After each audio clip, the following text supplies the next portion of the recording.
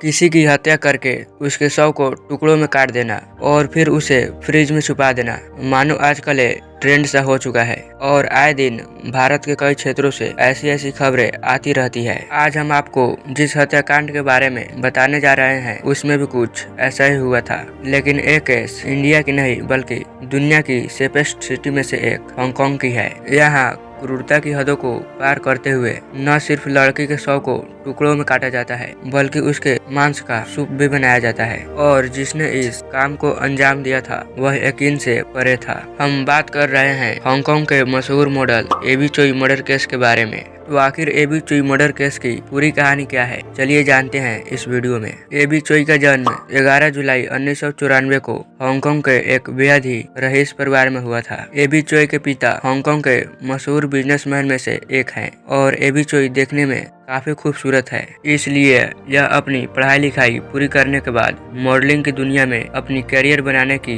कोशिश करते हैं और अपने प्रोफेशनल जीवन की शुरुआत बतौर इन्फ्लुएंसर करती है। बहुत ही कम समय में अपनी पहचान बनाने के बाद यह प्रोफेशनल तरीके से मॉडलिंग की दुनिया में उतर जाती है। इन्हीं सभी के बीच जब एबी चोई की उम्र महज 18 साल थी तभी उनकी मुलाकात एक एलेक्स कोंग नाम के लड़के से होती है। एक तरफ एबी चोई एक अरबपति घराने की लड़की थी, वहीं दूसरी तरफ लड़का एक सामान्य परिवार का था। इसके बावजूद भी ये दोनों एक दूसरे के इतने करीब चले आते हैं कि शादी करने की भी बात करने लगते हैं। महज 18 साल के उम्र में ही शादी कर लेते हैं। शादी के बाद इन दोनों की जिंदगी अच्छी तरीके से कट रही थी और बीतते समय के साथ एबी चोई और एलेक्स कोंग दो बच्चे की माता पिता भी बनते हैं। अक्सर लड़कियां मां बन जाने के बाद मॉडलिंग की दुनिया से दूर भागने लगती है, लेकिन एबी चोई यहाँ अपने मेहनत के दम पर खूब चमकती जाती है। इनकी मॉडलिंग की दुनिया अच्छी तो चल रही थी मगर अब इनके प्रोफेशनल लाइफ में काफी उतार चढ़ाव आने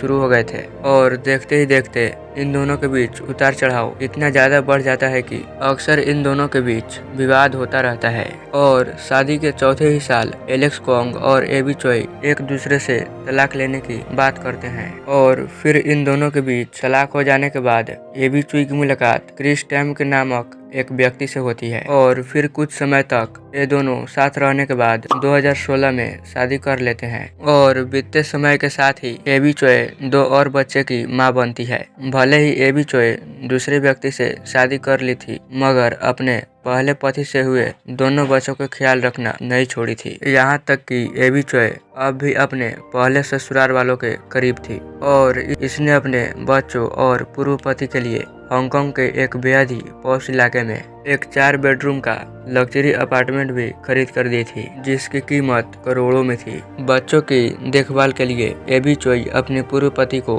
पैसे भी देती थी और पूर्व पति का भाई एंथनी ओंग ज्यादा कामयाब नहीं था, जिसके कारण एबी चोई उसे अपना प्राइवेट ड्राइवर रख लेती है और अच्छी सैलरी भी देती है। मतलब दूसरी शादी करने के बावजूद भी एबी चोई एक आदर्श माँ और जिम्मेदार महिला थी। हर कोई एबी चोई से काफी खुश था और मॉडलिंग की दुनिया में भी एबी चोई काफी आगे आ चुकी थी। एबी चोई वो लग्जरियस लाइफ जी रही थी जिसके ख्वाब अक्सर लोग देखते रहते हैं और एबी चोई की पर्सनल दौलत ही करोड़ों में थी। मॉडलिंग की दुनिया में जलवे बिखेरने के साथ साथ एबी चोई अपने बच्चे का भी ख्याल रखती थी और वो अक्सर खुद ही अपने बच्चों को स्कूल छोड़ने और स्कूल से लाने जाती थी। मगर 21 फरवरी 2023 को एबी चोई अपने बच्चों को स्कूल से रिसीव करने के टाइम पर नहीं पहुंच पाती है। यहाँ तक कि सभी बच्चे भी चले जाते हैं मगर एबी चोई वहाँ पर नहीं पहुँचती है। स्कूल की तरफ से एबी चोई को कांटेक्ट करने की कोशिश भी की जाती है मगर उनका मोबाइल स्विच ऑफ आ रहा होता है।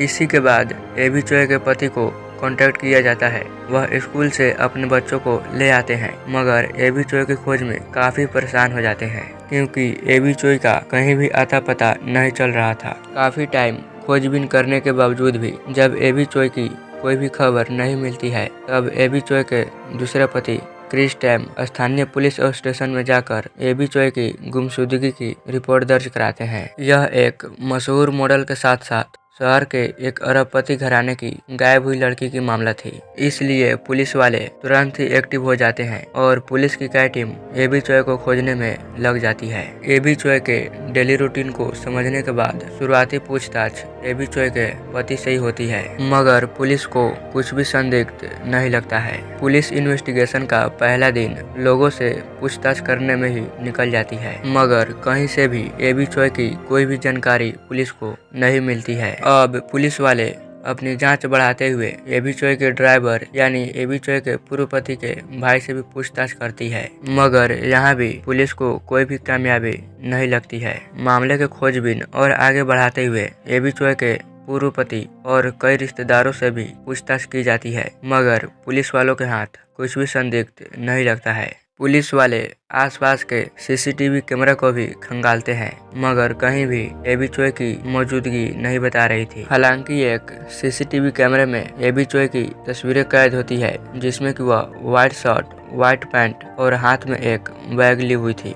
पुलिस इस आधार पर भी एबी चॉय को खोजने की काफी कोशिश करती है, मगर 2 दिन बीत जाते हैं और पुलिस के हाथों कुछ भी संदिग्ध नहीं लगता है। बीतते समय के साथ पुलिस वालों पर इस केस की जांच करने की प्रेशर बढ़ती जाती है। फिर पुलिस वाले इस केस को समझने के लिए आपस में एक रणनीति बनाते हैं। इसी मीटिंग के दौरान जब एबी चॉय के पूर्व ससुराल वाले से जब पुलिस की टीम पूछताछ करती है और वह अपने बयान दर्ज कराती है, तब उनके बीच काफी विरोधाभास और बयान में गड़बड़ नजर आती है। और इन सभी बयानों को एनालाइज करने के बाद पुलिस वाले एक बार फिर से एबी चॉय के पूर्व पति और उसके पूरे परिवार से दोबारा पूछताछ करने की फैसला करते हैं। जब इन लोगों से दोबारा पूछताछ की जाती है, तब वे लोग फिर से एक नई कहानी सुनाने लगते हैं। इसके बाद अब पुलिस वालों को शक होने लगता है कि जरूर एबी चॉय के गायब होने में इन लोगों का हाथ है। इन सभी के बयान को एबी चॉय के कई तथ्यों के साथ पुष्टि की जाती है, मगर इनके सभी बयान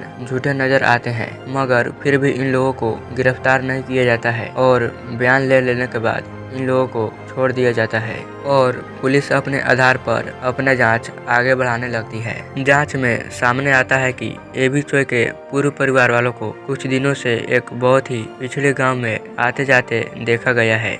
इस इंफॉर्मेशन को मिलते ही अब पुलिस वाले उस पुराने घर को ढूंढने लगते हैं, जहां पर ये लोग कुछ दिनों से आ जा रहे थे। और फिर जब पुलिस वाले इस घर में आते हैं तो सभी लोग हैरान रह जाते हैं, क्योंकि यहाँ पर ये दावा किया गया था कि इस घर में कई लोग रहते हैं, मगर यहाँ आने पर ये मालूम पड़ती है कि यहाँ कई दिनों से कोई भी नहीं रह रहा है, क्योंकि हर तरफ धूल जमी हुई थी और घर की हालत काफी बदतर थी। अब पुलिस वाले के दिमाग में ये बात खटकने लगती है कि जब घर की हालत इतनी खराब है, तब कुछ दिनों से ये लोग यहाँ पर आ जा क्यों कर रहे हैं। और फिर इसी सवाल का जवाब पाने के लिए अब पुलिस वाले इस घर की तलाशी लेना शुरू कर देते हैं। और फिर जब पुलिस वाले घर की तलाशी करते हुए एक कमरे में जाती है, तब सभी के सभी हैरान रह जाते हैं, क्योंकि कमरे में एक बड़ा सा मीट ग्राइंडर, एक इलेक्ट्रॉनिक आरी, एक रेनकोट और वहाँ पर वही बैग रखी थी जो आखिरी बार एबी चॉय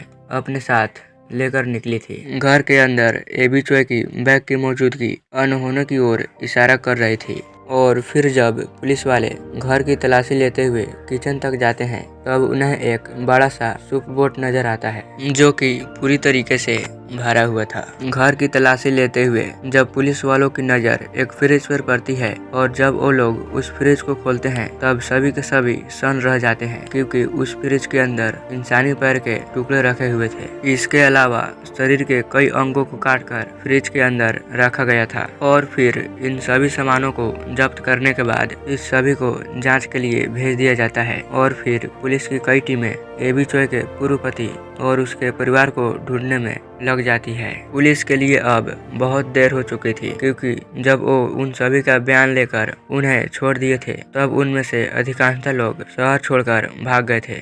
इसलिए अब पुलिस वाले उन लोगों की खबर बताने वालों को इनाम देने की घोषणा कर देते हैं और इसके बाद पुलिस अपनी कई टीमों के साथ छापामारी करती है और एबी चोय के पूर्व पति के साथ 7 लोगों को गिरफ्तार करती है। गिरफ्तार होने वाले व्यक्तियों में एबी चोय के पूर्व पति, उसके माता पिता और कुछ फ्रेंड्स शामिल थे, जो सभी ने मिलकर इस हत्या की प्लानिंग की थी। पुलिस ने इन सभी सस्पेक्ट को कितनी गंभीरता से पकड़ी थी, इस बात की अंदाजा आप इसी से लगा सकते हैं कि पुलिस वाले एक एक सस्पेक्ट के पीछे 100 पुलिस को छोड़ दिए थे। जब एबी चोय के पूर्व पति को गिरफ्तार किया जाता है तब उसके पास से लगभग 50 लाख रुपए कैश और 4 करोड़ के लग्जरियस घड़ी बरामद होते हैं। ये सभी घड़ियां एबी चोय की थी, जो कि एलेक्स ने हत्या करने के बाद चुराई थी। इन सभी को गिरफ्तार होने के बाद पुलिस पूछताछ की सिलसिला आगे बढ़ाती है। पहले तो ये लोग एबी चोय की हत्या को लेकर इनकार करते हैं, मगर आगे जो खुलासा होता है वह हिला देने वाला होता है। पूछताछ में ये सामने आती है कि एबी चोय ने अपने पहले पति को एक 4 रूम वाला लग्जरियस अपार्टमेंट खरीद कर दी थी। टैक्स बचाने के लिए एबी चोय ने ये प्रॉपर्टी अपने पूर्व ससुर के नाम पर खरीदी थी। पूर्व पति का पूरा परिवार यहाँ पर खुशी खुशी रहता था, सब कुछ ठीक चल रहा था। मगर 2023 के शुरुआत में एबी चोय इस लग्जरियस अपार्टमेंट को बेचने की कोशिश करती है। एबी चोय इस लग्जरियस अपार्टमेंट को बेचकर इससे थोड़ा सस्ता वाला घर खरीदकर इन लोगों को देना चाहती थी। तुरंत ही एबी चोय के पूर्व पति के परिवार वाले एबी चोय के इस डिसीजन का विरोध करने लगते हैं, जो कि एबी चोय ने टैक्स बचाने के लिए अपने पूर्व पति के पिता के नाम पर खरीदा था, तो वो भी अब इस कागज पर हस्ताक्षर करने से इनकार कर देते हैं। मगर हांगकांग में एक रूल है कि अगर कोई व्यक्ति यह साबित कर दे कि प्रॉपर्टी खरीदते समय पैसे उसने दिए थे, तब वह अपने मर्जी से बेच सकती है। इसी के बाद अब एबी चोय फ्लैट को बेचने के लिए कानूनी तरीके से पेपर बनवाना शुरू कर देती है और इस फ्लैट को बेचने का काम करने लगती है। इससे तंग होकर एबी चोय के पूर्व पति के परिवार वाले इसके खिलाफ एक खौफनाक प्लान बनाते हैं और ये लोग प्लान बनाते हैं कि एबी चोय इस फ्लैट को बेचे, इससे पहले ही इसका काम तमाम कर देते हैं।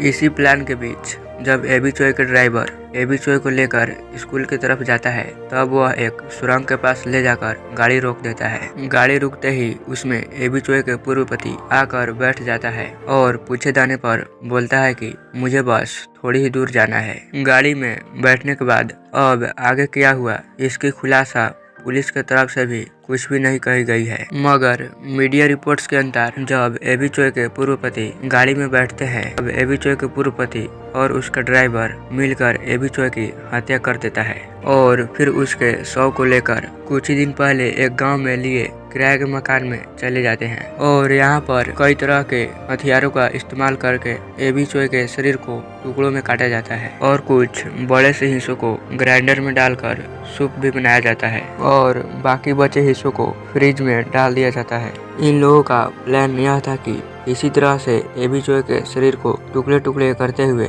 उसका नामो निशान मिटा दिया जाएगा। मगर पुलिस की पकड़ मजबूत होता देख ये सभी अपराधी बचने के लिए इधर उधर भटकने लगते हैं, मगर पुलिस वाले अपने मेहनत से सभी को पकड़ लेते हैं। जब पुलिस ने घर के अंदर सूप बोर्ड को देखा था, तब पुलिस को यही लगा था कि शायद इन लोगों ने खाने के लिए सूप बनाया हुआ है, लेकिन जब उस सूप की जांच हुई तब मालूम पड़ी कि यह सूप इंसानी मांस को पकाकर बनाया गया है। फिलहाल पुलिस इन सभी पर हत्या की केस दर्ज करके इन सभी को जेल भेज चुकी है। वैसे तो हांगकांग के कानून के अनुसार इन सभी लोगों को उम्र कैद की सजा होगी, मगर आपके अनुसार इन लोगों को क्या सजा मिलनी चाहिए हमें कमेंट करके जरूर बताइएगा और ऐसे ही क्राइम से जुड़ी अपडेट के लिए हमारे इस चैनल को सब्सक्राइब जरूर कर लीजिएगा।